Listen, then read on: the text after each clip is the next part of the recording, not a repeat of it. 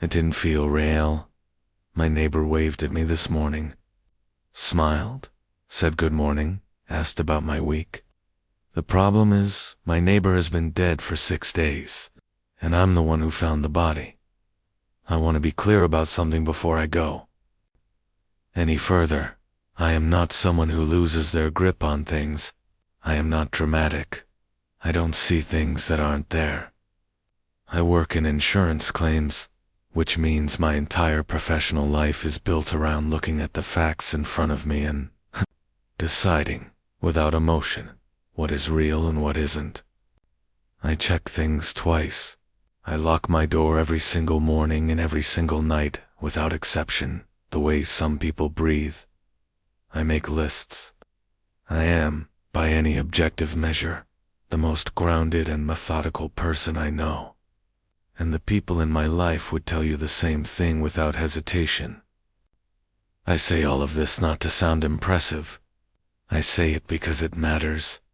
It matters because when I tell you that something was wrong in my house for 3 weeks before I understood what it was, I need you to understand that I am not the kind of a person who imagines wrongness where there isn't any. I am exactly the opposite.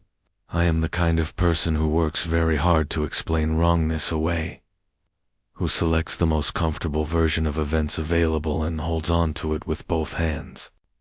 And I did that for longer than I should have. Right up until the moment the comfortable version of events simply ran out, and what was underneath it was far worse than anything I had allowed myself to consider. It started the way these things always start, so small and so quiet that I feel almost embarrassed describing it out loud. I came home on a Wednesday evening, a totally ordinary Wednesday in the middle of an ordinary week, and my front door was unlocked. Not forced, not broken, not tampered with in any visible way. The lock itself was perfectly intact. The door was whole and undamaged. It was simply unlocked, resting against the frame the way you leave it when you've rushed out in the morning, and not quite finished the thought of pulling it closed.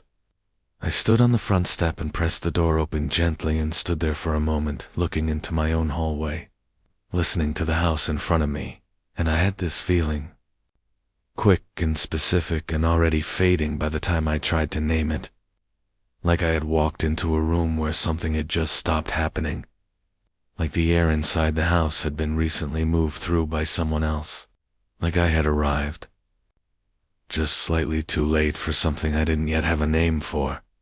I stood in the doorway for a long moment before I told myself I must have simply forgotten to lock up that morning. It happens. Even to careful people, it happens. I stepped inside, went through every room, found nothing and no one, and I made dinner and I went to bed. But the feeling didn't leave with the morning. That walked and on some feeling. It sat at the back of my awareness like the memory of a noise you can't quite place. Like standing in a room where an argument happened an hour before you arrived and the emotion is still hanging in the air, even though the people are gone. Something residual that didn't entirely belong to me. I noticed it again on Thursday evening. Fainter, but present. I live alone. I moved into this house about 4 months ago, after a relationship of 6 years. Ended and I needed a clean and total break from every room that held the wrong kind of memory. The house is small and semi-detached, on a quiet residential street where you can hear clearly when someone puts their bins out or starts a car in the early morning. My neighbor to the left was an older man named Gerald, retired, and friendly in that particular brief and nodding way that makes for genuinely good neighbors when you are not looking for friendship, but simply for the right amount of human proximity. He had a small garden he took seriously in a way that told you something about the care he brought to his life in general. Neat edges, plants clearly chosen rather than just planted. We spoke over the fence occasionally, nothing significant. The weather, the council road works, the particular bin schedule that never seemed quite reliable. He seemed content. He seemed like a man who had arranged his days into exactly the shape he wanted and was quietly satisfied with what he'd made of it all. About 2 weeks into noticing the small rawnesses in my house, I realized I hadn't seen Gerald in several days. That wasn't alarming by itself. He kept irregular hours and often closed his curtains before midday. But then I noticed that the milk on his front step had been in the same position since Tuesday, and it was now Friday, and the curtains hadn't moved in all that time. No lights visible after dark. No radio audible through our shared wall in the evenings, which was unusual because he always had something on in the background. Some talk station or quiz program murmuring steadily from around 7 until 10. I knocked Thursday morning. Nothing. I knocked again harder and stood on his step listening to the silence inside. I waited another full day before I called the non-emergency number, feeling the whole time like I was being the kind of neighbor who turns nothing into something, who creates drama out of concern. They came. They got the door open. They found him in his armchair in the living room, the television on, his eyes open and aimed at something that was no longer in the room. The GP said several days, likely his heart, quick and quiet and alone. I felt awful about Gerald in that low, unmoving way that comes when someone dies and you weren't close enough to grieve them properly, but you knew them well enough that their absence feels wrong in the landscape of your daily life. I kept running the loop about whether an earlier knock would have changed anything, knowing it wouldn't have, running it anyway. I kept hearing his voice saying something mild about the state of the road. Grief has its own particular weight with people you almost knew. That was what I was already carrying when the wrongnesses at home stopped being small. The first thing I genuinely could not explain away was a photograph. I have a small row of framed photos on my mantelpiece. Some family, a friend from years ago, a place I visited once and thought about for weeks afterward. One of the frames had been rotated, not knocked sideways or knocked over. Rotated precisely, until the photo inside was facing the wall. I picked it up and stood holding it. It was a photograph of my mother at a birthday dinner, laughing at something outside the frame. That is the best photograph I have of her. I do not turn that photograph to face the wall. I have never done that. I would not do that in any state of tiredness or sleepwalking or distraction. I can imagine myself reaching. That photo faces forward. That is its place. That has always been its place. I checked every window in the house. All locked. The back door locked. The deadbolt on the front fully engaged. I went through every room slowly and found nothing else out of place. And I put the photograph back and stood in the living room in the quiet and felt the house feel different than it had before. Not threatening yet. Not something I could put a name to and point at. Just no longer entirely mine. Like something in it had shifted by a degree or two toward belonging to someone I couldn't see. I began sleeping with my bedroom door locked from the inside. I bought 2 small battery-powered contact alarms and placed one on the bedroom door and one on the narrow bathroom window at the back that opens onto the passageway between my house and Gerald's empty one. The alarms held. They never went off. Not a single night did they sound. And still things kept moving.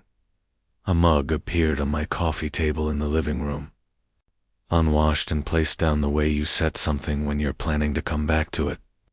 I had been at work until after 6 o'clock. When I picked the mug up, it was warm in my hand. Not fresh, not just made.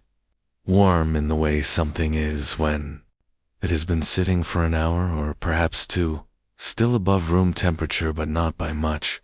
I stood holding it in the center of my living room and I felt that warmth against my palm and I understood, with a slowness that felt like something solidifying in my bloodstream, that someone had been sitting in that room that afternoon, had made themselves a drink in my kitchen using my things, had sat in my space for a while, and had left before I came home. The mug still warm on the table like a signature. I didn't call the police that night. I know how that sounds. I had my phone in my hand and I thought about explaining a warm mug to a dispatcher, and I couldn't make the words feel like enough. Instead, I locked myself in my bedroom with my clothes still on and lay on top of the covers and waited for sleep to come. It arrived around 3 in the morning. After that, I began photographing every room before I left for work each day. Kitchen from 2 angles, living room, the mantelpiece, the mugs on their hooks, the bathroom window, latch. I would come home and compare every image in the hallway before I even removed my coat. Most days nothing had shifted, but twice in the following 2 weeks, something was different. A kitchen chair pulled slightly away from the table when I had left it pushed flush against it. The bathroom window latch in the open position when I remembered leaving it down that morning. Not the window itself, just the latch, that small, deliberate lever turned upward. I am methodical by nature and by profession. I compared the images carefully both times. It was not me. Someone was coming into my home while I was away, moving through the rooms, spending time inside my space, and leaving before I returned. Replacing things almost as they had been. Almost. But not quite perfectly, not quite carefully enough to leave no trace, as though they weren't always sure exactly how things had been, or didn't think it mattered quite enough to try harder. I told my colleague Diane a vague version of it, keeping the worst of it back, trying to make it sound smaller than the shape it had in my chest. She suggested carbon monoxide, said it could cause confusion and false memory. I appreciated the practicality of it, went out that evening and installed a detector, and it showed nothing. She also suggested staying with someone for a while. That was when I felt, very quietly, the full size of how alone I had become over these months. The breakup, the move, the slow drawing inward that happens when you're rebuilding a life from scratch. There was no one I could call for this. Not without explaining everything. Not without hearing my own voice shape it into something real. So I stayed. I dealt with it in the house where it was happening. There was 1 full week of silence after that. No moved objects, no smells, no sense of a presence recently departed. I let my shoulders come down. I let myself want it to be finished. That wanting, I know now, was a kind of error. Because, on the Friday of that quiet week, I opened the wardrobe in my spare bedroom for the first time in several weeks.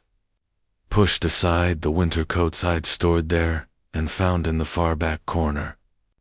On the floor, behind everything, a folded blanket and a small torch with a short loop of cord through its handle, both of them clean. Both of them placed carefully, as if put down with the intention of being returned to. Neither of them mine. The police came. They searched the house and found no one inside.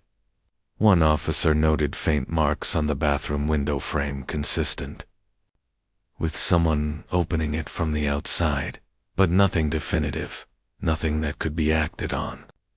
They took the blanket and the torch and gave me a reference number and told me to change my locks. The locksmith came that same night.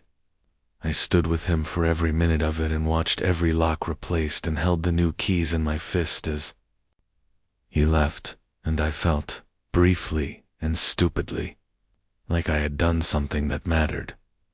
3 days later, there was a folded piece of paper on my kitchen table. White, small, folded once down the center. The handwriting inside was neat and even and unhurried. 8 words. I just wanted to know what you were like. I read it 3 times, and then something happened inside me that I still don't have a clean word for. less like fear and more like discovering that the thing I had been standing on had never been solid. Not the floor, not the house, not the assumption that you are alone when you choose to be alone. All of it suddenly unreliable, suddenly negotiable, in a way that I had never in my life considered before. Because that note told me something that the blanket and the torch had not. The blanket said someone was here. The note said why. Not to steal anything, not to leave a threat, not to escalate toward anything I could prepare for, just to be near me, to watch, to know me in some intimate and entirely one-sided way, without my knowledge or agreement. In the past tense of it, that single word wanted, already satisfied and already finished, turned something cold in the center of my chest that has not warmed since. The detective who came after the note asked, among other things, about Gerald. She said that as part of their assessment of the shared property boundary they had done a brief search of his house. They had found photographs in Gerald's kitchen. Printed photographs, left on the kitchen table in a loose pile with no particular care about concealment. All of them were of me, taken from outside, through my windows, over what looked like several weeks at minimum. Me cooking, me at my desk in the evenings, me sitting on the sofa, me asleep, framed in a gap in my bedroom curtains, lit by the faint blue glow of a phone screen. Gerald's post-mortem, she said carefully, was still ongoing. He had not, definitively, died of a heart attack. I stood in my bright kitchen while she told me all of this, and felt the whole shape of the last 3 weeks rearrange itself around a new and terrible center.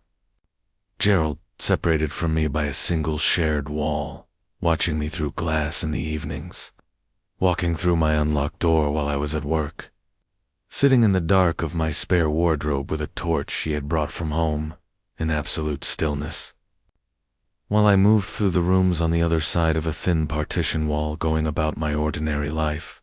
And I had spoken to him over the fence. I had liked him. I had felt guilty that he died alone. Then she told me the part I have not been able to set down since the estimated time of Gerald's death, based on the post-mortem findings so far, was 6 days before I found him. He had been gone since the Saturday of the previous week, but I had spoken to him on Sunday morning. I had waved. He had smiled at me from his side of the fence, warm and familiar, and asked how my week had been. The detective asked me to describe the man I had spoken to that Sunday. I described him. She listened and wrote it down and said she would be in touch. Someone else had been in Gerald's house by that point. Someone who knew what Gerald had been doing and for how long. Someone who knew which fence to stand at and which face to put on and how to ask about a woman's week in a tone she would find entirely ordinary and forgettable. Someone patient enough to stand there in the morning light, in someone else's life, and smile. I don't know who he is. I don't know where he is now. I don't know what he knows about me, or how long he was watching before Gerald stopped, or what the past tense of those 8 words points toward. I just wanted to know what you were like. I sit with the lights on, and my keys in my hand, and I wait to find out. Wait, I need to tell you one more thing, because I left it out and I don't know why I left it out. Whether it was too much to say or whether I simply wasn't ready to write it down until now. When the detective showed me the photographs from Gerald's kitchen, she showed them to me one at a time. Most of them I could place. I recognized the angles, recognized the windows they had been taken through, understood the particular evening light in each one, but there were 3 photographs at the end of the pile that I did not recognize. Not the angle, not the light, not the window.